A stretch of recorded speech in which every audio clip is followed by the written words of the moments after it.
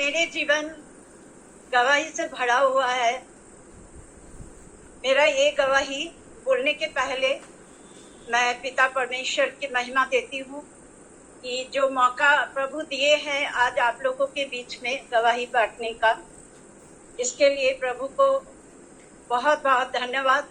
और आप सबों को भी धन्यवाद देते हैं, नीलेश बेटा को भी, जो मौका प्रेयर मीट ने दिया कि ये गवाही आप लोगों के सामने मैं देना चाह रही हूँ। अभी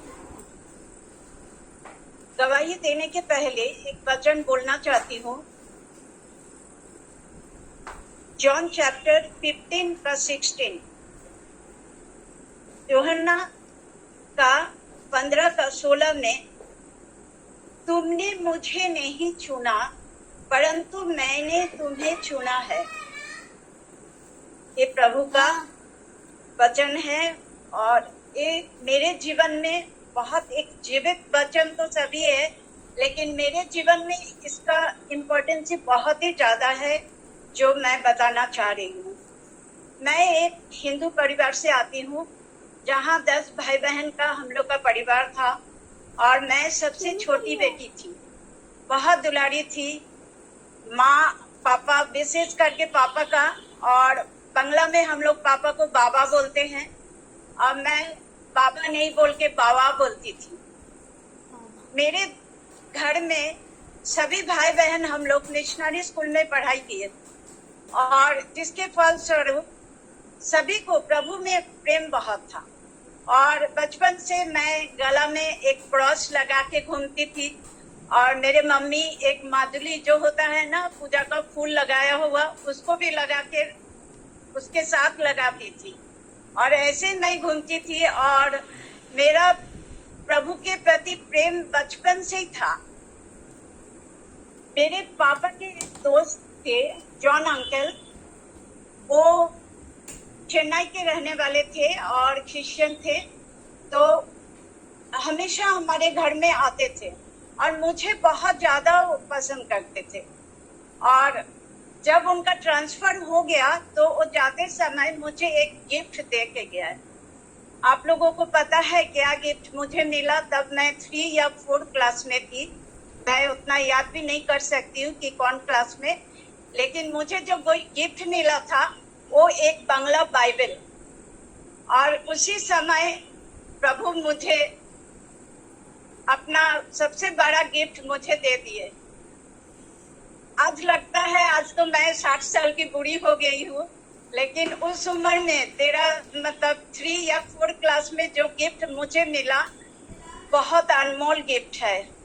जो वचन हम लोग बोलते हैं, पढ़ते हैं, वो तो परमेश्वर है, क्योंकि जॉन चैप्टर में आदि में वचन था और वचन ही परमेश्वर था, वचन परमेश्वर के साथ था और वही वचन देहधारी होके हमारे सम्मुख आए प्रभु के रूप लेके। ये तो हम लोग सभी को जानते हैं।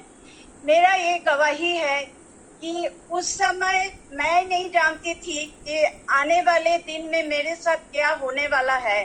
मैं एक हिंदू परिवार की थी, लेकिन प्रभु का अनुग्रह कि शादी मेरे एक ईसाई परिवार में हुई और मैं एक ईसाई परिवार में बहू बनकर आई 19 साल के उम्र में।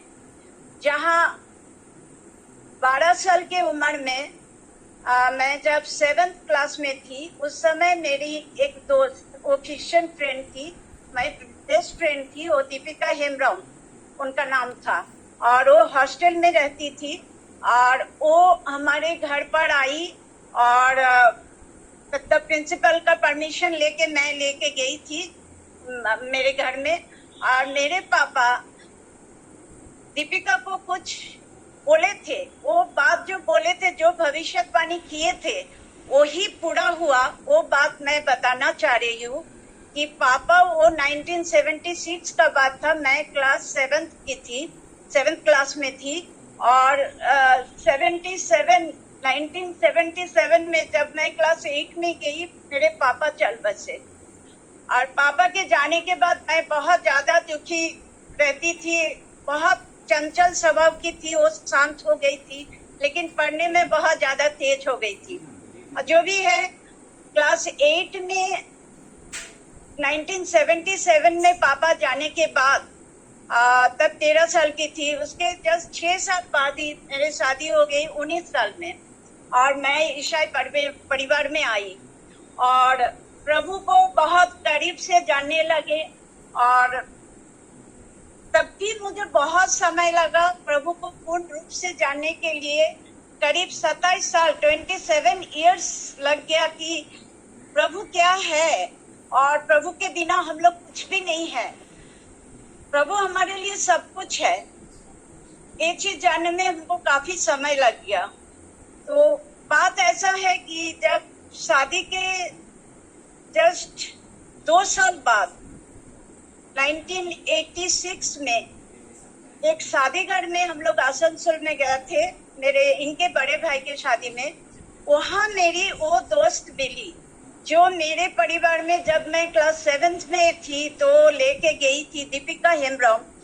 वो मेरे को देखी, दौड़ के आई, और करीब 6 साल बाद हम लोग मिले, क्योंकि मैट्रिकुलेशन के बाद हम लोग का मतलब 6 साल करीब हम लोग नहीं देखे थे एक दूसरे को।